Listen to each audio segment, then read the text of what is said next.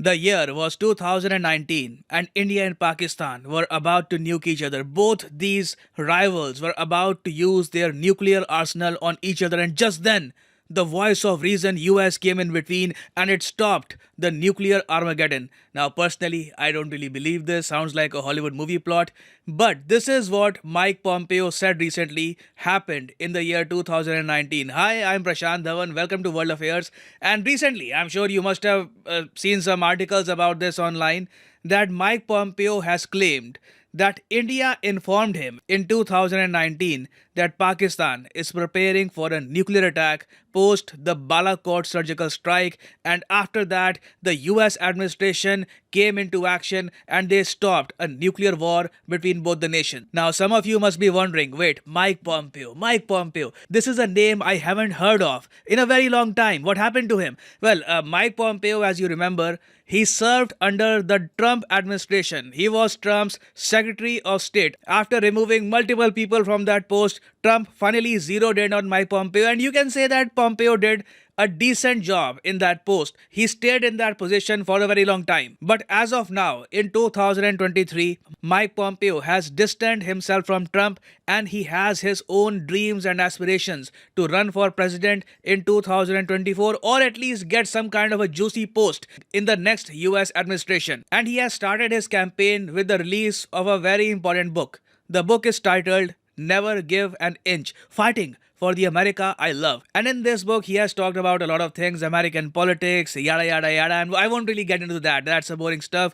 What I'm about to talk about is India-US relations, how Mike Pompeo viewed India, how he viewed India's ministers, and how, as he claims in his book, he stopped a nuclear Armageddon between India and Pakistan. Now, as most of you probably expect, Pompeo wrote extensively about India's importance regarding China, that in order to counter China, US needs India's support. US needs a strong India. And he literally wrote this line in his book that I chose to devote serious quantities of time and effort to make India the next great American ally. Notice the use of the terminology ally. Ally, as you know, in geopolitical context, is a country that comes to your aid in defense and war, in other aspects, whereas India never really used this terminology for US. India prefers to call both Russia and US partners. We never use ally for any country. But Pompeo wrote in his book that it was almost his mission to make sure that India becomes a great American ally. And if you want to make a country your ally, obviously you will have to engage with that country's leaders, ministers. And regarding that, Pompeo wrote that when he was engaging with the then Indian Foreign Minister Sushma Swaraj, he had a difficult time. According to his book, Sushma Swaraj was a goofball and a heartland political hack. Now, these are the words that Mike Pompeo has chosen to describe a deceased female foreign minister of India. I don't really know if this will be highlighted in the US media or not, but at least in India, Mike Pompeo faced some heat over this comment because India's current foreign minister, Dr. S. Jaishankar, he has criticized Pompeo and said that he should not have used these words, goofball and a political heartland hack, for a deceased minister. It just doesn't really make sense. Why would you even do that? And I can just imagine that had an Indian politician said something like this about some American politician, a deceased female American politician or a minister, he would have been labeled a sexist by now by the US media. Well, anyway, moving forward, Mike Pompeo wrote extensively about the National Security Advisor of India, Ajit Doval. He said although he wasn't really able to connect with Sushma Swaraj, but he managed to build strong foreign policy ties with the help of the National Security Advisor. And later on, when Dr. S. Jaishankar became India's foreign minister, things became a lot simpler. Mike Pompeo wrote that Jaishankar spoke 7 languages, including English, and his English was actually better than Mike Pompeo's. So he felt really at ease while talking to Jaishankar. He could share his vision, his thoughts, and India-US relations slowly started blossoming. And then comes the year 2019. Now, what happened in February 2019 is very interesting. Since the Pakistan-based terror outfits were continuously targeting Indian forces in Kashmir, India finally decided that we will use our Air Force to bomb some terror safe havens that exist in Pakistan. And that's when the Balakot airstrikes happened. Indian Air Force penetrated into Pakistan, deep into Pakistan, and we bombed some terror camps and then we came back. Now, Mike Pompeo writes in his book that right after India had bombed Balakot, Dr. S. Jaishankar called him and he said, "Look, we just bombed Pakistan, and now the Pakistanis are readying their nuclear arsenal. They are readying their nuclear weapons, and let me tell you, if they attack us, we'll make sure that we will retaliate with nuclear weapons." Now, this worried Mike Pompeo. He wrote about this extensively in his book that he was quite worried about the developments taking place in South Asia, and he immediately called the then US National Security Advisor John Bolton. Now, if you guys know John Bolton, this guy loves war. He has a history of creating conflicts, of creating havoc. I can imagine John Bolton receiving a call from Mike Pompeo. Bolton would probably be a bit amused that, all right, India and Pakistan are about to go to war. But according to Mike Pompeo, John Bolton was also very worried.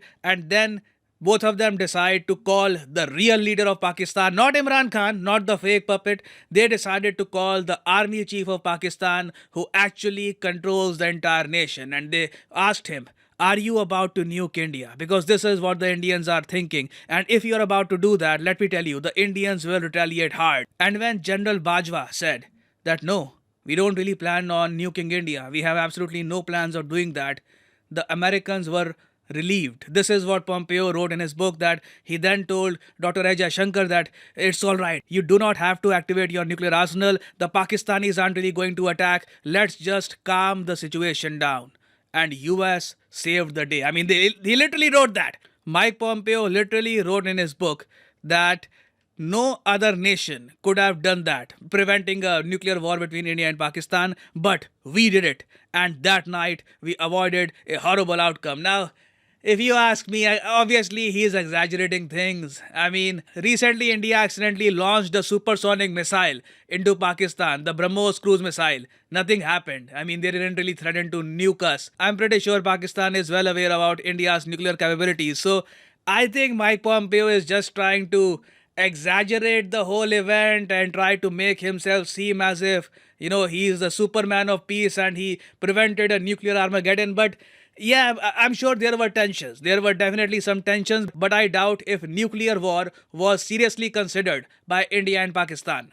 So, from an Indian perspective, it's quite interesting to know how Americans view India's heartland politicians and India's technocrats. I mean, this is a bit of a lesson for us, I guess. Other than that, we also get an insight into how probably most Americans think about US being a stabilizing force in the world, US preventing the use of nuclear weapons, although US is still pretty much the only nation in the history of mankind that has used these weapons against Japan in World War II. So I would like to know your opinion. What do you guys think about Mike Pompeo's claim? Write about it in the comment section below. If your comment is pretty good, it's full of interesting insights, I'll try to pin it in the comment section so that other people can read it as well. For the time being, this right here is the end of the video. Thank you for listening, and as always, God bless you all.